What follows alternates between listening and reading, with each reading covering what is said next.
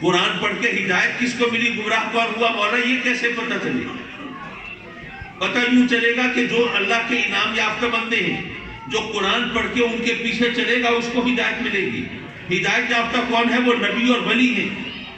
تو پتہ یہ چلا جو قرآن پڑھ کے نبیوں اور ولیوں کے پیچھے چلتا ہے اس کو ہدایت ملتی ہے، اور جو قرآن پڑھ کے نبیوں اور ولیوں کے پیچھے پڑ جاتا ہے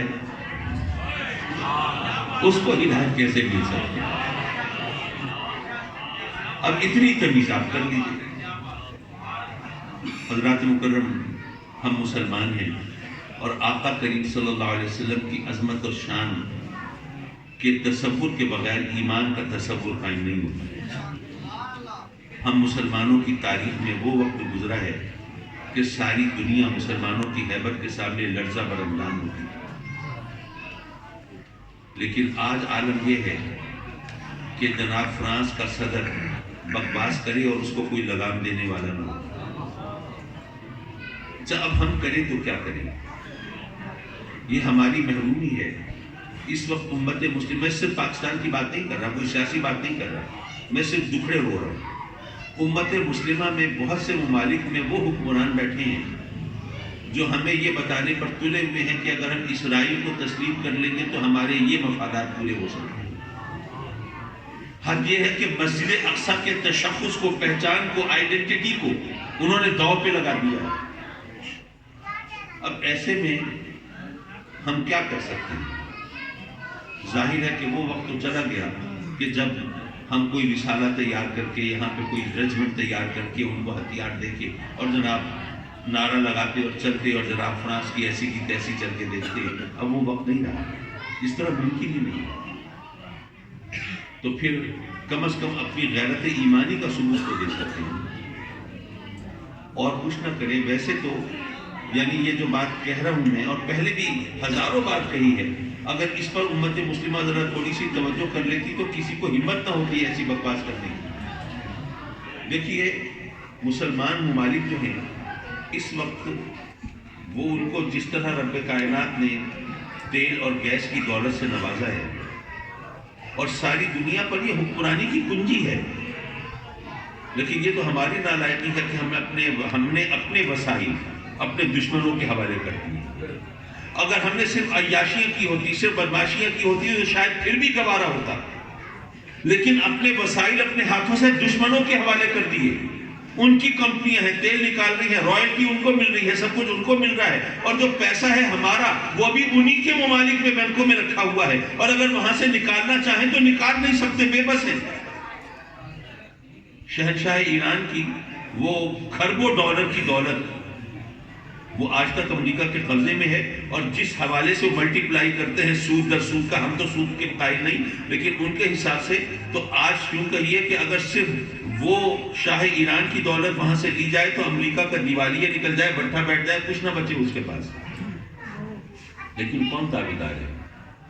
بہرحال ہم یہ کر سکتے ہیں کہ ہم اپنے ملک میں یہاں پہ فس کریٹ نہ کریں، یہاں پہ ہنگامہ آرائی نہ کریں، اپنے ملک کو نقصان نہ پہنچائیں، لیکن جو ایران کی مصنوعات ہے ان کا بائیکاٹ کریں، اور ہم حکومت کو یہ باور کرائیں کہ فرانس سے معاف کیجیے، وہ سبقت لسانی ہے، اس کے لیے میں معذرت خواہ ہوں، فرانس کی مصنوعات سے بائیکاٹ کریں، اور حکومت کو یہ باور کرائیں کہ فرانس سے جو آپ کے تعلقات ہیں وہ مسلمان پاکستان کے عوام جو ان کو ایک آنکھ نہیں بھاتے، تو آپ ان سے اپنے سفارتی تعلقات کو منقطع کریں، اور پھر خربوزے کو دیکھ کے خربوزہ رنگ پکڑ سکتا ہے، شاید ہمیں دیکھ کر کچھ اور مسلمان ممالک وہ بھی ہمت کریں، اور وہ جو کنزیومر سوسائٹی ہیں جہاں پر بے تحاشا معاف کیجیے فرانس کی مصنوعات وہاں پہ چلتی ہیں، تو وہاں پر اگر پابندی لگا دی جائے تو چند دنوں کے اندر، 2-4 دنوں کی بات کر رہا ہوں، ہفتوں مہینوں کی بات نہیں کر رہا، چند دنوں کے اندر یہ فرانس گھٹنے ٹیکنے پہ آ جائے گا۔ لیکن اس کے لیے ذرا غیرت ایمانی چاہیے، ذرا حرارت چاہیے، جذبے کی، اور مستقل مزاجی چاہیے، اور ہمارے حکمرانوں کو بھی یہ ماننا پڑے گا کہ یہاں پر اقتدار اللہ کی مرضی سے ملتا ہے، امریکہ کی مرضی سے نہیں ملتا۔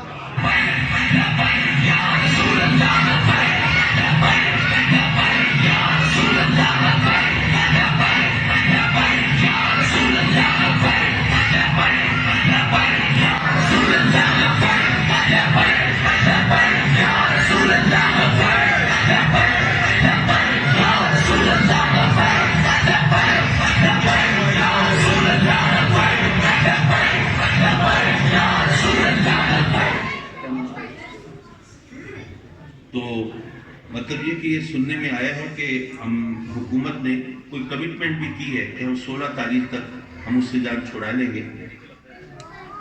تحریک لبیک پاکستان کے ساتھ یہ کوئی ایسا معاہدہ کیا ہے، لیکن میرا خیال ہے کہ وہ حکومت نے اگر واقعی ان کو نکالنا ہوتا تو یہ اتنی درمیان میں مہلت لینے کی کیا ضرورت ہے؟ یہ کوئی پودا تو نہیں لگا کہ جناب یہ اتنا نکل آئے گا تو پھر یہ ہوگا وہ ہوگا. لیکن بہرحال حکومت کو یہ معلوم ہونا چاہیے کہ اگر عوام کی امنگوں کے خلاف اگر فیصلے ہوئے تو ظاہر ہے کہ حکومت تو ویسے بھی آپ کو پتہ ہے کہ وہ تو ہوا کے ایک جھونکی کا شکار ہو سکتی ہے. اگر وہ بوٹوں کی دھمک نہ ہوتی تو پتہ نہیں یہ کہاں ہوتی ہے حکومت. بہرحال رب کی بارگاہ میں عرض کرتے ہیں کہ مولا اپنے کرم سے امت مسلمہ کو غیرت ایمانی عطا فرما، آقا کریم کی عظمت اور حرمت پر کٹ مرنے کا جذبہ عطا فرما، اور یہی جذبہ ہے جو ہمیں اس وقت ہمیں زندگی کی نوید دے سکتا ہے. وآخر دعوانا ان الحمد للہ.